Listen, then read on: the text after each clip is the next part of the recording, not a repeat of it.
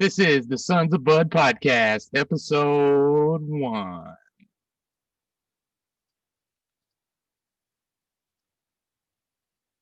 The Sons of Bud podcast. Ladies and gentlemen, keep calm and tighten the hell up. We are the Sons of Bud. Brandon Davis, Clay Watts, and Christopher Judkins. 3 lifelong Titan fans on a quest to see the boys bring a Super Bowl to Music City. Now keep calm and tighten the hell up. It's the Sons of Bud podcast. Yes, it's the Sons of Bud. What's up, Clay? Not much, man. I'm too excited for this game that's coming up in less than 12 hours away. The Tennessee Titans versus the Jacksonville Jaguars in AFC. I mean, it's 12:16 on the West Coast out here. What time is it on the East out there? It's 3:16, man. 3:16 in the morning, dude. I'm just too excited. I got the jitters. I'm just so excited for this game, man. You know, this is a game for Derrick Henry to break out. It's deja vu for the Jacksonville Jaguars. I know they're shaking in their boots right now, man. They're When so. they play the King, they're always shaking in their boots, Oh, but yeah. so this is our first podcast. This is the Sons of Bud podcast. My dad's name is Bud. The owner of the Titans' name is Bud, and I like to partake in a little Bud. That's what make us the Son of Bud. This podcast is going to be the most insane podcast you've ever seen. It's for the fans, by the fans, all about the Titans fans, the super fans, the fans that call to me and call to Titans Nation. There's so many good fans out there that I want to get on this podcast and showcase and talk about and talk to.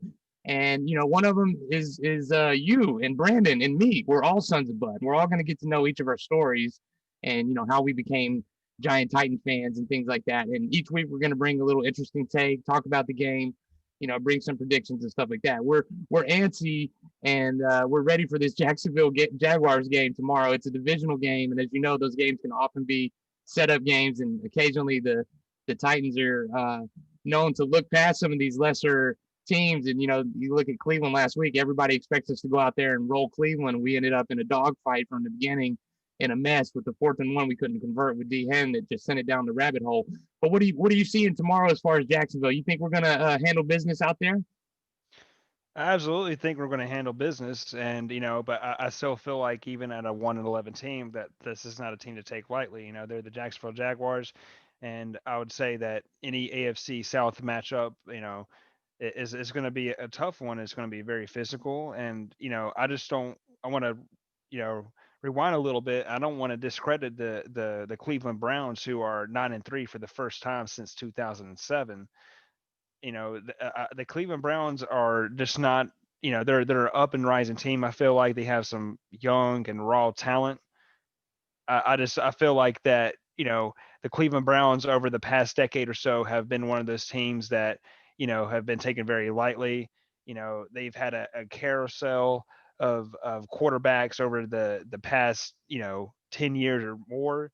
But now Cleveland Browns they're not messing around. They're not 9-3 for no reason at all. I feel like that they're a legit contender in the AFC. They are definitely in this playoff race right now at the very late into the season. But like I said, I feel like this game against the Jaguars is going to be very competitive, very physical, and it's not a team to take lightly, even sitting at 1-11. I agree. No team in the NFL is, and it seems like like I said, we play victim, and we do well when we're not supposed to, and when we're supposed to do well, it seems like we stack up against these teams, and they end up competing with us, and we end up having to hold on and win at the last minute. I'd like to see us go out and actually win against a team we're supposed to win against and dominate and do a good job on offense and defense and special teams, get a nice complete win and get some momentum and get this AFC South taken care of. We've got these Colts nipping at our heels. They're coming off 2 lucky wins off, crazy turnovers at the last second where, this season has just been insane. We're dealing with the pandemic. We were the first team to get hit. We're in the middle of, COVID craziness all over the country.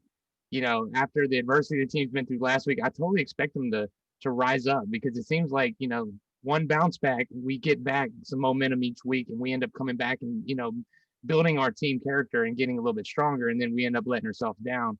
But, I'd like to see us tomorrow take that step and, beat a quarterback like Glennon. Glennon's not a guy that, is supposed to go out there and give us problems. Although in the past, it seems like these backup quarterbacks are like thorns in our side. So I'd love to see us step up tomorrow and, get a good offensive game plan. Obviously, I want to see Henry run the ball, control the game, but I'd also like to see us get Johnny Smith involved, get AJ going, keep Corey Davis moving.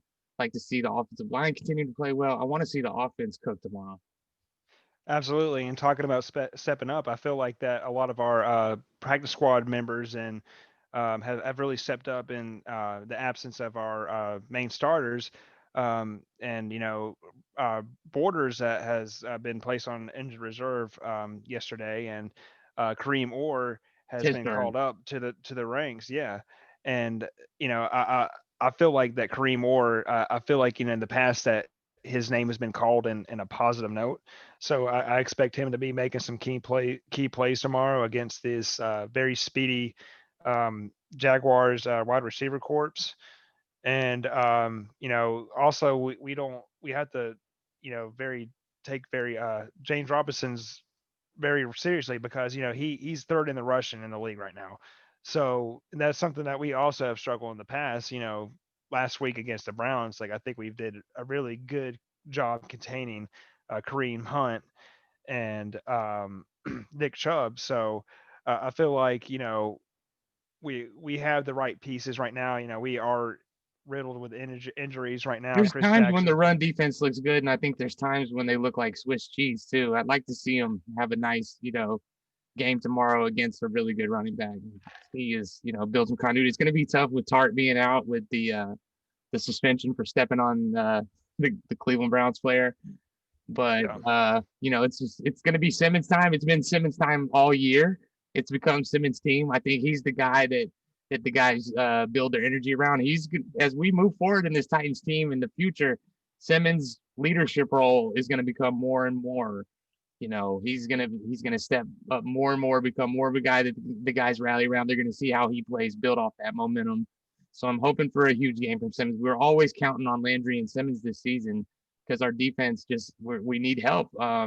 J. Rob kind of put us in the pigeonhole with the screwed up acquisition of particularly Vic Beasley, and also the unfortunate circumstance with Clowney, who showed great effort, yet we don't know when he got hurt. And this is something that we were hoping to get him back for the playoffs. We didn't know what type of knee injury it was going to be. All of a sudden, quiet season-ending knee surgery. What a tumultuous offseason. You couple that with Isaiah Wilson, Lord have mercy. Yeah, man, it's a never-ending cycle for the Tennessee Titans. They've just been scrutinized this whole entire season.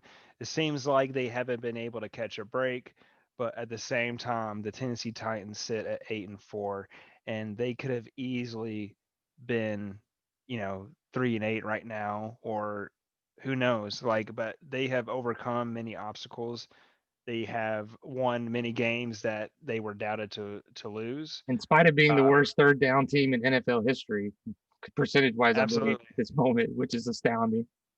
But it really seems like, whenever they have lost a game, it was rather A, their defense that's held them back, B, their special teams, or C, their offense. But mainly this year, their offense is what has held this team together versus last year.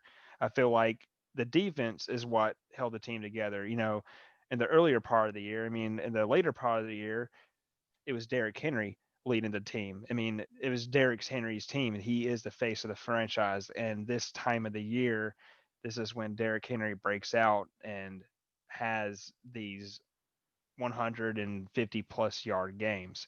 And I expect this to happen today, later on today, against the Jacksonville Jaguars. It's going to be deja vu all over again. I would bet money on it that Derrick Henry is going to have at least 125 yards, at least, at the very least. I don't care how they do it. If they win, if we want to lessen some of the carries for DH and figure out other ways to get the ball to Jonnu, get the ball to AJ, We got Batson running these gadget plays all over the place.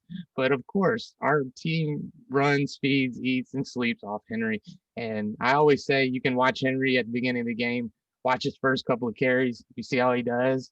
He's busting 7, 8 yard runs. Get ready for some madness because it's going to be a long day. If he's running Well, 4 or 5 yard runs, it's going to be a good day. Just pay attention to his offensive line and how they come out blocking. It's always a good indicator of how that offense is feeling. I think Tannehill's the same way. If he hits Corey or AJ in stride early, it's going to be a money day. He gets into a rhythm. I was going to point out that you forgot to mention Corey Davis right now because he is on a contract year and he's playing like he wants to be the highest paid wide receiver in the league right now. And the way that he's playing, he deserves it. And he's not And hurt finally. no, like the past few years, he was battling injuries. He had the turf toe, other injuries. But this year he has really stepped up. He's made tremendous strides, and even playing at this level that he is right now after his brother Titus passed away, um, I have to give the most respect for this man right now because he deserves it. He deserves to get paid.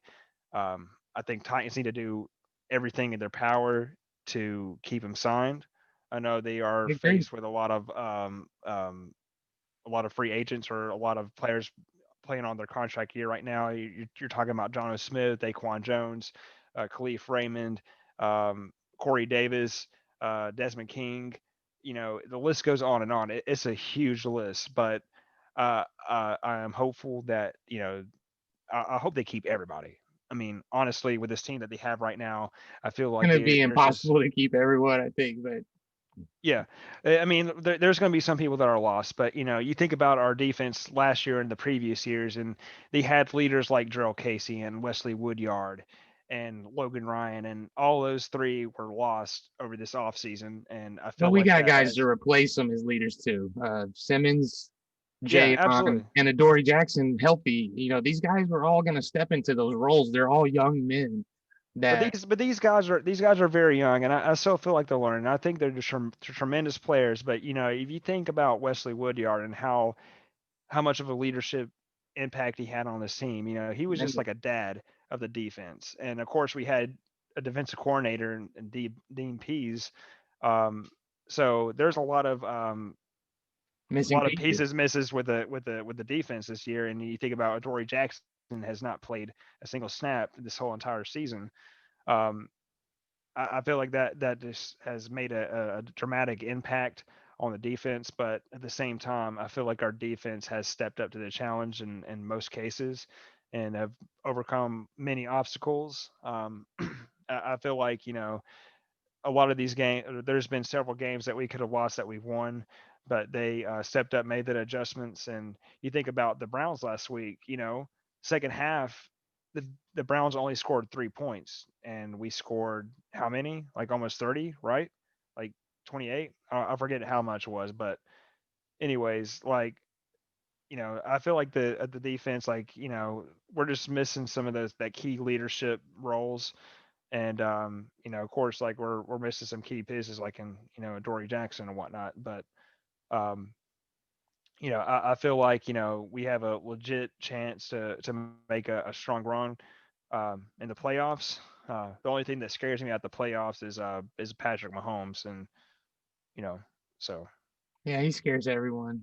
I think the NFL, Super Bowl vein runs through that dude's arm. And I think Mahomes is the only player I've ever seen that can throw the football like a baseball and thinks like a basketball player. And he happens to be the best quarterback in the NFL. I've never seen anybody be able to throw at the arm angles the dude does. So if we want to win a Super Bowl and we want to get a parade in Nashville somehow, that defense is going to need Jeffrey Simmons to become that leader. They're going to have to be, and you just need to lead by example on the field. And he does that. He's playing all pro level. We got to have him continue to step up. We can't all be him, and he's going to be missed without Art, but he's going to have to step up. And Landry's going to have to be the man too. And Robertson's going to have to get edge pressure, and we're going to have to hope that David Long continues to be a heat-sinking missile. We need Cruikshank to step up. Kevin Byard, the Kevin Byard. responsibility that he has is unbelievable without a lot of the key pieces.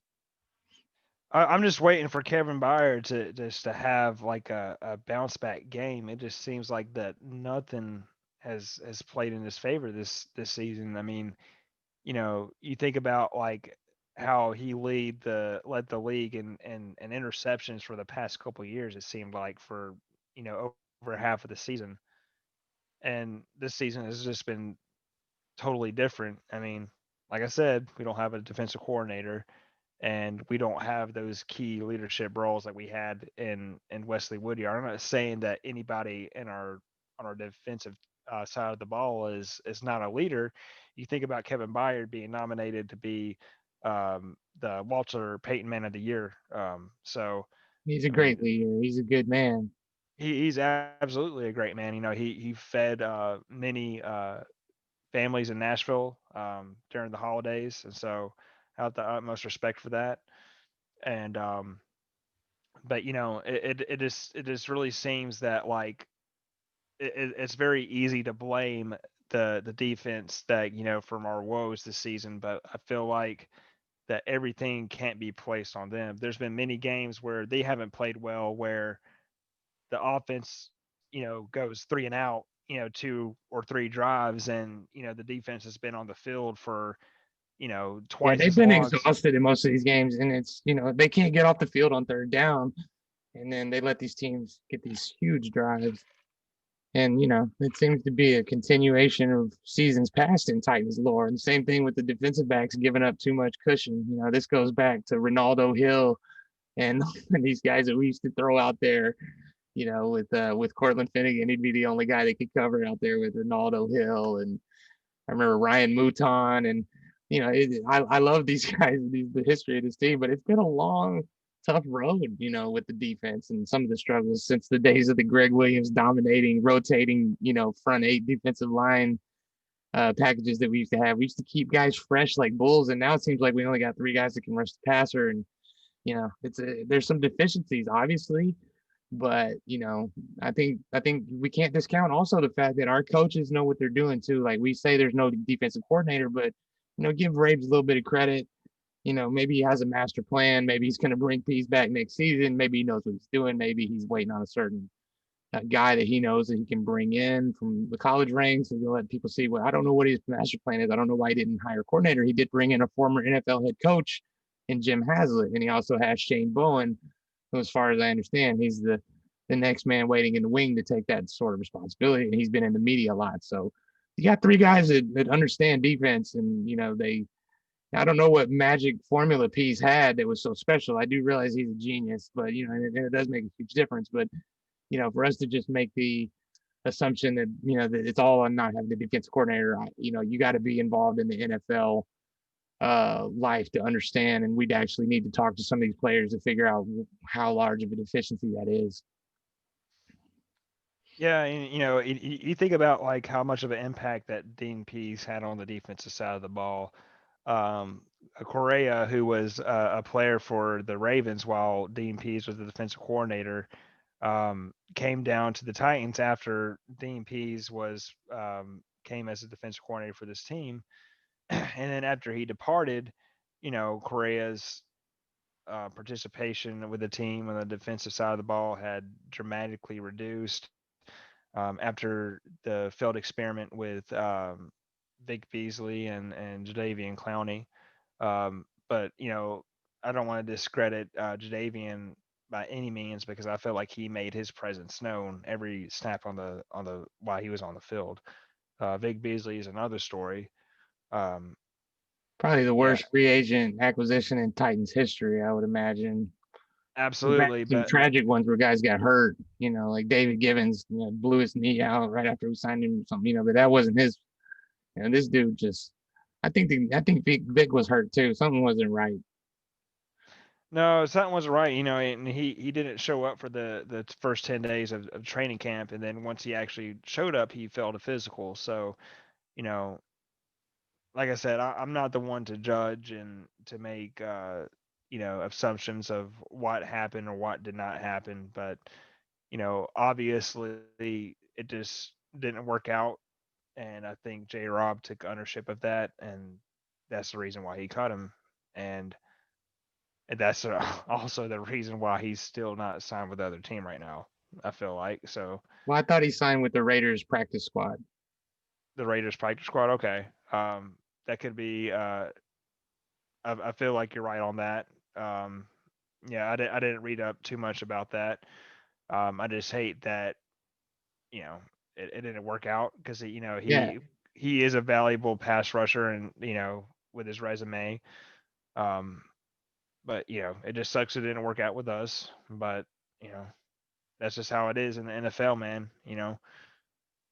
Some stuff works out, some stuff it doesn't. yeah, it definitely didn't work out, and it's been a horrible, road for J. Rob.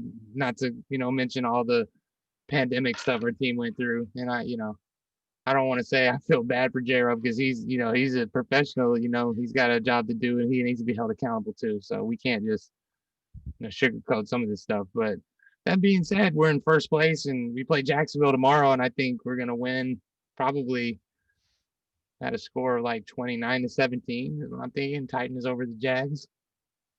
Yeah, I feel like that. It's going to be a close game. Like I said, I think I said it was like 31-28 Titans.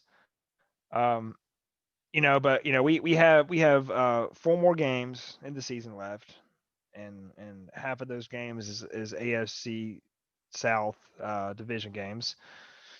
And I feel like if we can win these next 3, we got the Jaguars later on today in Jacksonville, and then we got the Lions back at home um, at 1 p.m. or Eastern time, excuse me, 1 p.m. Eastern time next week, and then we play the Packers on Sunday Night Football, the Sunday after Christmas, Wow, right? Yeah, Sunday after Christmas, that's Sunday and night. yep, Sunday night against the Packers, man, against Matt LaFleur led Green Bay Packers. So I'm very, very interested in that game. I feel like that's a very winnable game. You think about the Indianapolis Colts coming back against them. That Yeah. was a would be win for the Packers. And then I feel like if we win these next 3 games, that would give us enough leverage over the Colts and have control over the AFC South, and then maybe we can rest our starters against the Texans. And We're all gonna be pulling for Las Vegas tomorrow to upset or beat the Colts, however you want to look at it, whoever the favorite is yep, in Vegas. um, yep. but that's a huge game. I know, Josh Jacobs has got a messed up ankle, so I don't know if he's gonna be able to play or not. But it would be nice to see Vegas, up their chances to make the playoffs and help us out a little bit tomorrow. Let us get a win, against these Jags, build a nice little 1-game lead going into the Detroit game. Yep. Things would be looking nice. Yeah, I feel like tomorrow is a trap game, even if we win this game, because everybody's going to be counting on the Titans, and especially if the Colts lose, that we're going to win this game against the Lions, and that the Colts are going to lose again, or maybe even if they did win, like we would still have a strong hold on the AFC South. Um, I feel like that makes if we win today rather, and then I feel like that this Lions game might be a trap game, just like thinking about previous history because they always seem to win games that they're supposed to lose, but they always lose games that they're supposed to win. Well, this year we just got to tighten up, and I think the moral of the story is that if we want to beat the Chiefs, we really got to come together as a team. I don't want to think about scenarios where we do this in certain scenarios because we got to throw all that out the window. This is playoff month. It's our time to win the division, and they got to step up. There's no excuses. We can beat these teams, and we need to beat these teams. And if we want to be the Super Bowl champions, which is what we all want, we all want to be going down Broadway, drinking bourbon, having a party after this vaccine hits. Everybody be we'd be wearing some masks. I don't care how I do it. I just want a Super Bowl for my team and my city where I grew up. I live in Cali now, represent California Titan fans, but I'm a Nashville boy. I went to the Music City Miracle game. I became a Titans fan in 1998 when the Titans the then Tennessee Oilers beat the Pittsburgh Steelers in Vanderbilt Stadium. And, I went from the Music City Miracle to the Super Bowl where we lost by a yard. I was actually at that game with the actual Bud, my dad, who is the inspiration for this podcast that everybody will meet one day. So it goes back a long time for me. I'm a diehard Titan fan. I've seen it all. I've been through everything you can imagine. I've seen the worst team you can imagine. I've seen the best team you could ever possibly imagine. I got to see the GOAT, live like you did, McNair, many times, I've, just to have rooted for this team for so long and to be able to be in a position to say we're in first place this late in the year. I don't want any, cutback. I want us to crest up all the way to the top. I want Simmons to take over this game. I want a scenario to happen where we can do it. Absolutely. Absolutely, man. We're just gonna have to play physical.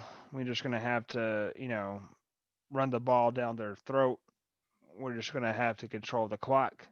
We're gonna have to make a stand on defense. We're gonna have to come down to Jacksonville with our chest pumped up and just ready to fight. Play like we're ready to capable brawl. of love. Play like a playoff team would. Go out there and show them how it's done. Yeah. Tighten up. That's what it's all about, Run the ball and control the clock. Hell, pass it too, though. Hit Johnny Yeah, on yeah. little screens. Hit Darrington Absolutely. game. We get Darrington Evans back tomorrow. That kick returning game and get him in there on third down. Let him get some screens. I want to see this kid get some touches. I'm hopeful, Oh yeah, I'm hopeful, but I'm also very, very confident that we're going to go down to Jacksonville. We're gonna make a statement that we're going to make a run to the playoffs, and even if we fall short from the Super Bowl, we're gonna know that we're gonna make everybody know that we're gonna make our presence known. And yeah, we did last year, but I want to win that Super Bowl. I mean, I know it may not be realistic, but it might be too. I don't know why it can't be us. I mean, I like Kansas City, but we got a good offense, and we got some boys that might come back like Adoree and Christian Fulton, and we got a guy like David Long that's filling in well. And our defense, I'm telling you, man. this time last year, nobody would ever thought that the Tennessee Titans would be playing the AFC South Championship. It's The a little different AFC this Championship. year. People respect us a little more this year. Yeah, absolutely. But the only reason why we get any respect is because of Derrick Henry. Ryan That's Tannehill, mainstream people, but the Titan fans, we know that Ryan Tannehill is AJ Brown, and Corey Davis, and Jonnu Smith Jeffrey and Smith. offensive Yeah, line. yeah. I mean, Nate Davis, freaking Ben Jones. I mean, But it Quest always filling in, seems that cancer recovery, unbelievable stories on the line too. yeah, but it's just like all these smart ass fans always start talking about that oh yeah, well it's a Tennessee Derrick Henry, and it's like, well, not really.